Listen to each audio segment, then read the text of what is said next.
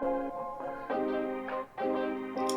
morning and welcome to this is the first edition of the Mortgage Update with Mike and Joe, brought to you by GRB Bank, and we are super excited to bring this to the greater Rochester community.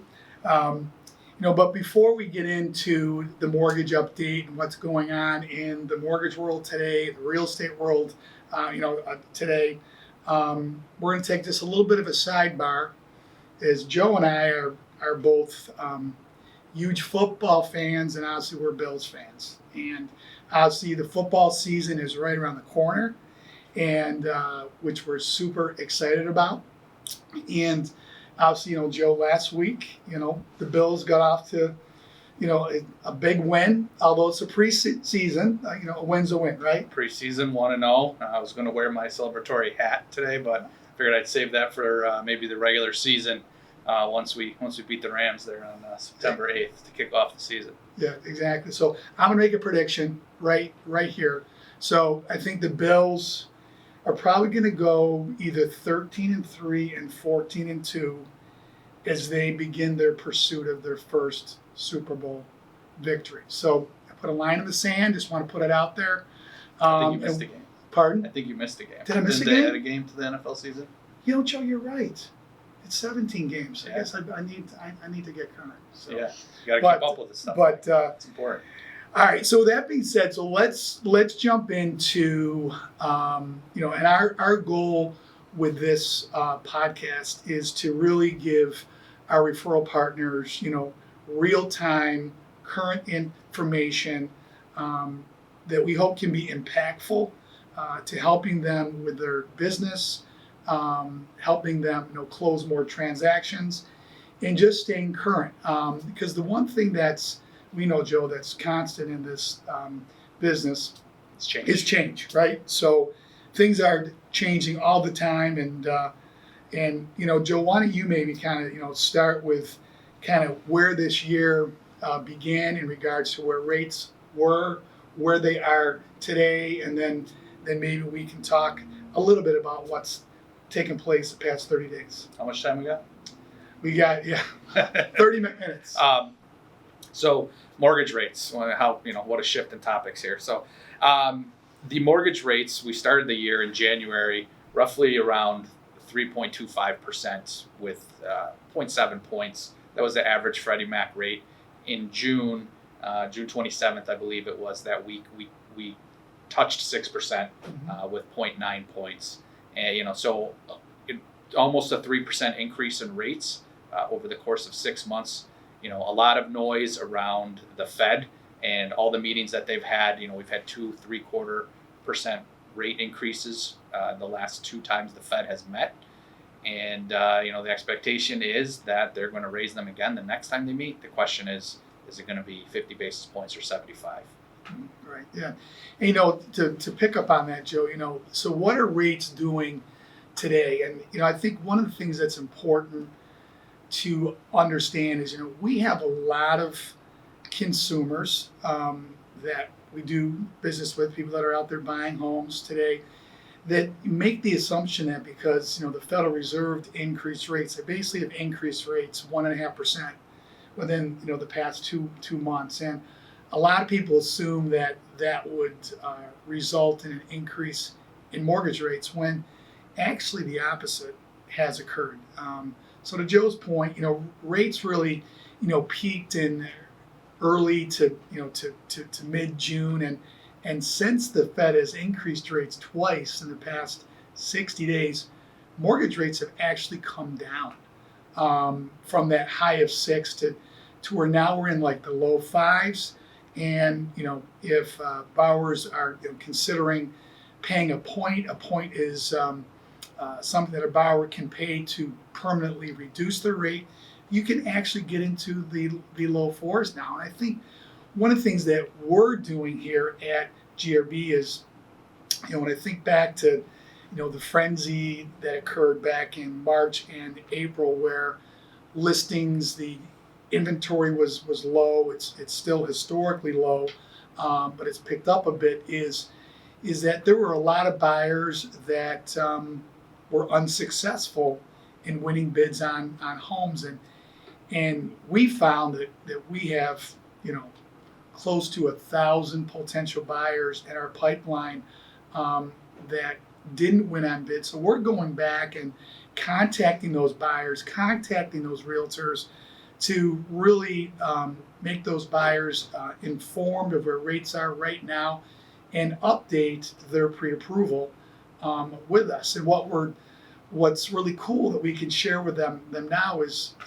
rates have come down, just to kind of share the difference between 6 and 5%.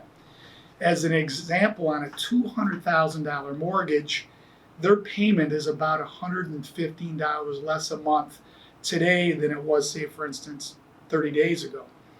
As that loan amount goes up, say, for instance, it goes up to $250, now they're saving $150, $160 a month. They're borrowing $350,000. That savings is close to $250 a month. So when you look at the combination of how the market's changed, which I want to chat about here in a minute, coupled with the fact that rates have dropped, now is really a great time for buyers to re-engage, to re-enter the market, and really circle back to their realtor and really start to look at homes as inventory is beginning to increase. And I was sharing this with Joe. I got just a quick real life story that occurred on the street that I live on, and there was a house across from my house listed back in April. This house was listed in the high 300s. It actually sold for $200,000 above the list price. The cost per square foot turned out to be about $226 a square foot. Another house on the same street, almost across the road, was listed in July, sold in August. That house sold for $175 a square foot. So what does that mean? That means that the market is adjusting. Obviously, different communities are going through different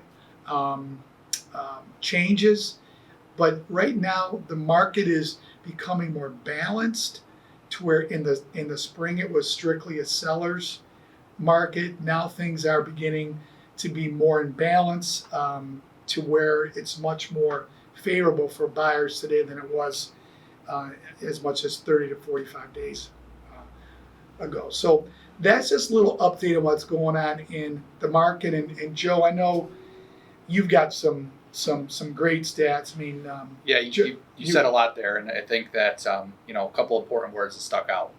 Re-engage. If a borrower was in the market in March, and just giving you guys a little insight on what we saw, in March we had just over 600 people inquire about mortgages, getting pre-approved for a mortgage to purchase a home. And at that time, if they were writing offers on houses, they were dealing with 20 to 30 offers going in on a house, and on average in Monroe County, houses were going 18.5% over list price.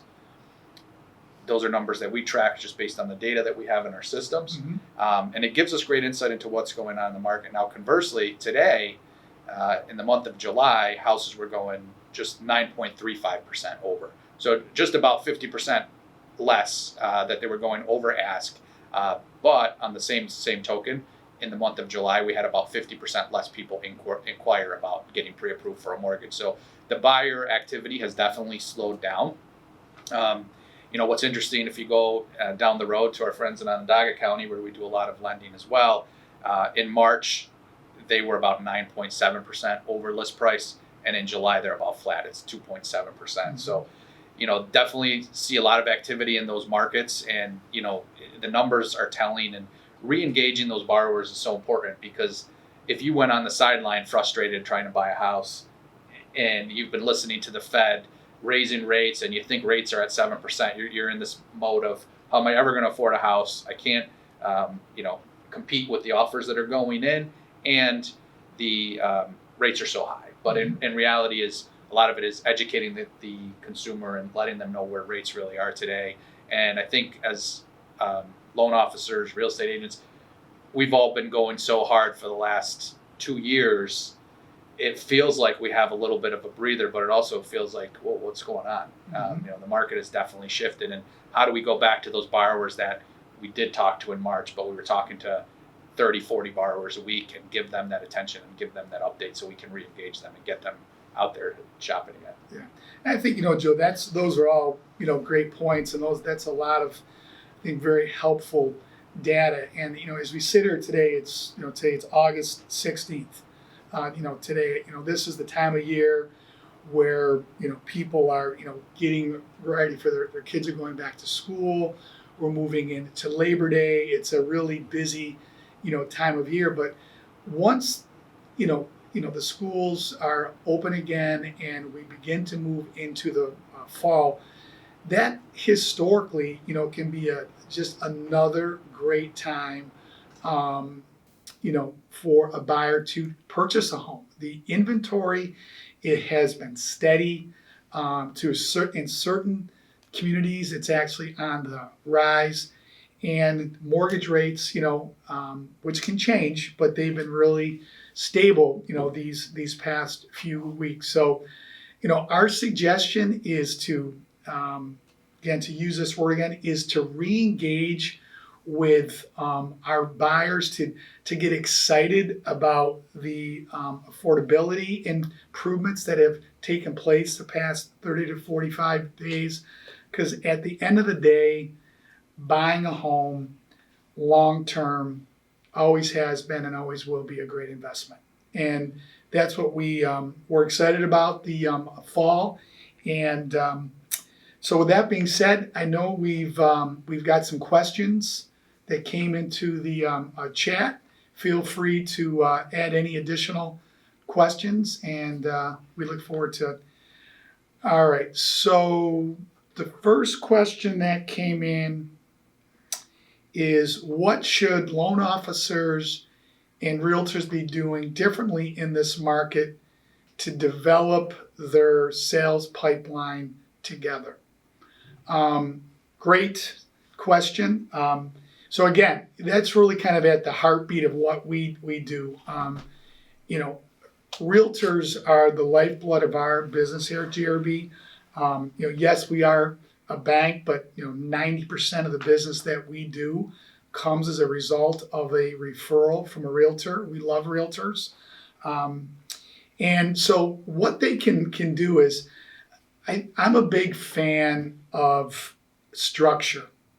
Structure meaning that going forward, loan officers and realtors should commit to having preset times, either once a week or bi-weekly, where they have a chance to sit down, whether it's on the phone or in person, reviewing the active leads that they are working together, the active pre-qualifications or pre-approvals that they have, or if they have any GRB Cash Plus approvals in their pipeline, making certain that those buyers are staying top of mind with their lender and with their realtor, and making certain that they're aware of the properties that are coming on the market that might be of interest to them. And I think having that structure, to me, is going to lead to more conversions, more sales, and more commissions for realtors. Yeah, I think you hit a couple good topics there. Just on the rate topic, the forecast, from the MBA is that rates are going to drop back down into the fours by the end of 2023, 2024. So, database management, client management, it's going to be so important, but not only for the future, but for today, like we talked about, right? Going back to those clients that we talked to in January to see where they're at. And, a lot of times we do hear, hey, yeah, it was a great experience, but I ended up buying a house, and I went with my local bank or another lender. And, losing sight of those clients, not only from the mortgage side, but also the real estate agent side, it's very tough when you're so busy to keep track of them all. So partnering with one another to help get through that is so important. Right. All right, the next question that came in is what new strategies have emerged to help buyers emphasize the strength of their offer? So this is one that I think, we hear a lot, and we try to emphasize with our loan officers, pick up the phone and make a phone call to the listing agent. When that offer is going in, you need the buyer's permission, of course. But that phone call, as we talk to more and more listing agents, they don't get that phone call. Mm-hmm. And it's so important to help them understand, there's so many different products out there. There are so many different programs, helping them understand why your borrower, what they're qualified for and why they're so qualified and how their offer stands out from the rest. And that little phone call can help secure the deal. It's just another point to try and help those buyers get their offers accepted in such a competitive market. Agreed. All right. Oh, this is a great one. So, question that came in is, what about FHA financing? Can buyers submitting an FHA offer still be competitive in this market? And so the quick answer is yes. That being said, going back to the early spring, was very difficult to get an FHA offer accepted. I think back in the spring, frankly, close to 25 to 30% of the offers that were being accepted were cash. So there was no financing involved. So things have evolved since that point in time. So what can a buyer do to ensure or put their FHA offer in the best possible position to be accepted? What they can do is one of the biggest roadblocks as why those offers have not been accepted is really concerns over the condition of the property. And what we encourage the listing agent to do to really expand their buyer pool to include potential FHA buyers is to, let us help them in advance vet out what those potential repairs might be. And Joe, why don't you maybe kind of speak to just a couple of examples of what are some of the common repairs that get called for potentially on an FHA loan, and what can we do in advance to try to prepare the buyer to make the best possible offer? Yeah, I mean, the most common repairs we see, peeling paint, of course, on houses that are a little bit older. That paint needs to be scraped and repainted. Usually you see it around the windowsills or around the door jambs. That's a very common one. The easiest one that we see that can be so frustrating at times is the downspout on your hot water tank. It's a little $2.50 plastic tube that comes down from the discharge valve on your hot water tank. It's a requirement from FHA, and that one we see a lot get hung up. And going through that house ahead of time, figuring out what might be needed, whether it's during the listing appointment or even during the showing. And then we've seen a lot of strategy where the buyers have written those repairs. I'm willing to pay up to X amount of dollars in repairs to make their offer stand out a little bit more. Typically, the repairs are less than $1,000 that we see that need to be done. There's times where if there's a bigger issue, it'll be a little bit more. You may even reconsider buying the home. But in most cases, they're small enough repairs where that $1,000 covers them, and it gives the seller that assurance that even if there's something needed, if you accept my FHA offer, I'm going to pay for it. Mm-hmm. Great. All right. Is there anything new for self-employed buyers? Yes, there is, and I'm going to let Joe kind of explain what that is. We're super excited to expand one of our new programs. So, Joe, I'll let you kind of share this update with our audience. Yeah, so it's hot off the presses, and it's actually, I don't even think it's officially approved yet, but we'll cross that bridge when we get there. Okay. We are going to be opening up our Cash Plus program to self-employed buyers. So all the real estate agents that are listening, it's great news for you guys as well. It was interesting when we were out there promoting our initial launch of the product. It was only for W-2 borrowers, and we were sitting in rooms full of self-employed people. So you could imagine the discontent on their face. But the good news is that we are opening up the program to help qualify and pre-approve more self-employed borrowers. We'll share out more details as they come available. But that is exciting in our goal of trying to help more buyers get their offers accepted and help their offers stand out in the program. Mike, a little piece of news that came out yesterday that I know is kind of near and dear to both our hearts. Mm-hmm. We both spent some time in our careers working for Wells Fargo. Mm-hmm. Big announcement yesterday that they are planning on kind of scaling back their mortgage business, and we know it's a long road ahead. But what do you think the impacts of that are? And it's a lot there to digest. Yeah, I mean, I think the impact of that is, I think it's certainly a broader commentary about the mortgage industry going through a lot of transition right now. We've seen a lot in the press, probably the past 3 to 4 months. That the mortgage business throughout the country is down about 50% this year compared to last year, which has been predominantly driven by the fact that rates have gone up. The last 2 years, there were a lot of people that refinanced their homes, and those refinance borrowers, they've refinanced, and that business has subsided and has decreased significantly. So a lot of the national lenders are really forced to revisit their strategy going forward. And again, we wish everybody the best of luck going forward. But for a community bank like GRB, who is deeply committed, to the community, committed to residential lending. Our business, we're on pace to do the same amount of business this year that we did last year, and we're looking to significantly grow and expand our business, throughout upstate New York. So I think, Joe, that illustrates, I think, what's going on throughout the country, but here in our backyard. We're committed, to this community, and we're committed to growing and committed to helping the realtor, who is the lifeblood of our business, grow and expand their business here in upstate New York. One of the things we just want to make sure that we put a shout out is for those of you that have some suggestions in regards to future topics and questions that you would like Joe and I to talk about.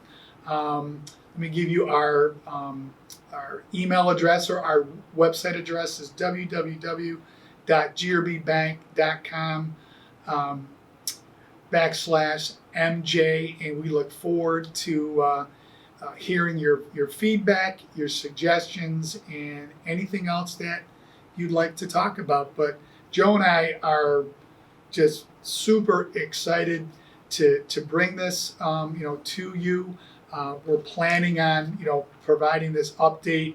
We're still debating whether we're going to do it monthly or quarterly. We'll sort that out as we go forward. But I would be remiss if, for those of you that are listening to this, we certainly want to say thank you for your support, for your business. We're excited about the balance of 2022 and looking forward to a really robust 2023. And we thank you for your time. Thank you.